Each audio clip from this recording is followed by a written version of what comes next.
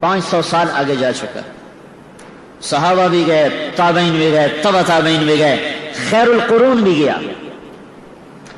और एक सल्जूकी खानदान है तुर्क, इनका बाप सल्जूक मुसलमान हुआ। महमूद गजनवी और सल्जूक का दौर एक है।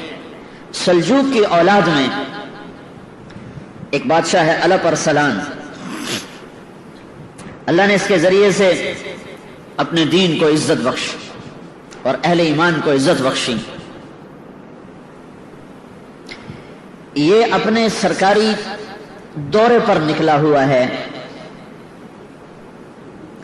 उसे इत्तला मिली कि कैसर रोम रोमानोस 3 लाख का लश्कर लेकर अपनी हुदूद से निकल चुका है।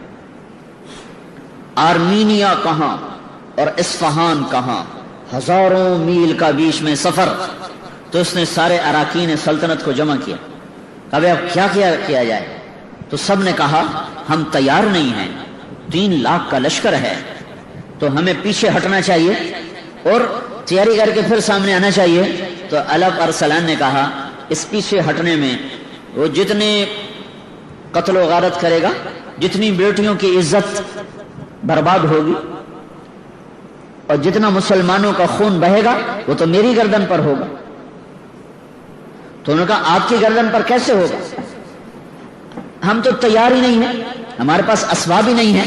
वला तुल्कू बिअयदिकुम इला तहलुका, और अपने आप को हलाकत में डालना जायज नहीं है। ये शुरा चल रही। उन्होंने कहा अच्छा ठीक है, तो मेरी तरफ से इजाजत है, जो जाना चाहे वो जा सकता है। मैं अल्लाह के दुश्मन को इस्लामी हुदूद में दाखिल नहीं होने दूंगा।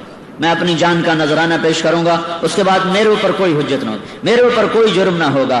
फिर वो लूट मार करें या कत्ल गारत करें, मैं अपना हक अदा कर चुका हूं। जब उसने ये कहा तो फिर उसके साथियों ने कहा अगर आपका फैसला है तो फिर हम कौन सा मौत से डरते हैं, हम भी आपके साथ हैं। तो उसने, उसका बेटा मलिक शाह उसके साथ था, उसकी उम्र थी उस वक्त कोई 12 बरस। तो उसने वसीयतनामा लिखवाया कि मुमकिन है इस जंग में मैं शहीद हो जाऊं, तो मेरे बाद मेरा बेटा मलिक शाह मेरी जगह हुक्मरान होगा और निजामुल मुल्क ये इसका वजीर होगा।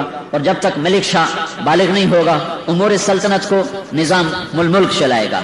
और फिर उसके बाद उसने अपने हरम, अपनी बीवी और बच्चों को चंद सिपाहियों के साथ वापस भेज दिया कि औरतें साथ थीं, तो अगर शिकस्त हो तो कहीं इनकी इज्जत पे हर्फ ना आए। उनको इस्फहान की तरफ रवाना कर दिया। और रोमानोस 3 लाख के लश्कर के साथ मैदान में उतरा। और ये कितने थे? 12,000। ये दुनिया की अजब जंग लड़ी गई है। तो जुमरात को लश्कर आमने सामने हुए तो निजामुल मुल्क ने कहा कि मेरी एक राय है सुल्तान का। क्या? कहा जंग को कल के लिए मुअख्खर करें और जुमा की नमाज के बाद निकलें कि जुमा के वक्त सारी उम्मत दुआ करेगी और हम भी जुमा के बाद अल्लाह से मांगेंगे तो अल्लाह की गैबी मदद हमारे साथ हो। तो उन्होंने एक दिन उसको आगे बढ़ाया और जुमा की नमाज के बाद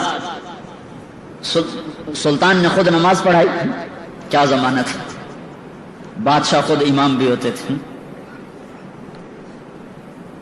नमाज पढ़ाई और उसके बाद वो घोड़े पे सवार हुआ और उसने अपनी लोहे की टोपी उतार दी और अमामा बांध लिया सर, अपने आप को मरने के लिए तैयार कर लिया, कोई चीज बीच में हायल ना हो। और पहली सफ में उसने झंडा उठा लिया। तो बाकी जान सारों ने कहा आप पीछे हो। कहा नहीं, मेरी जान इस्लाम से ज्यादा कीमती नहीं है। और जब लश्कर आमने सामने हुए तो सुल्तान ने घोड़े से छलांग लगाई और सजदे में सर रख दिया। कहे मालिक, क्या इज्जत देने वाले,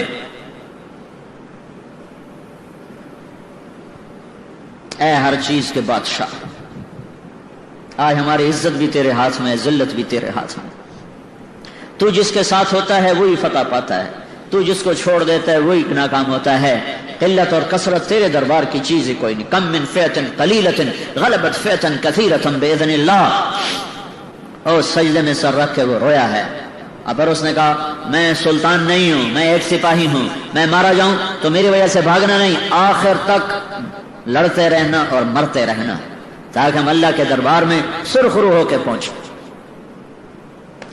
जमीन और आसमान अश अश पुकार उठे, دنیا نے عجب نظارے دیکھے.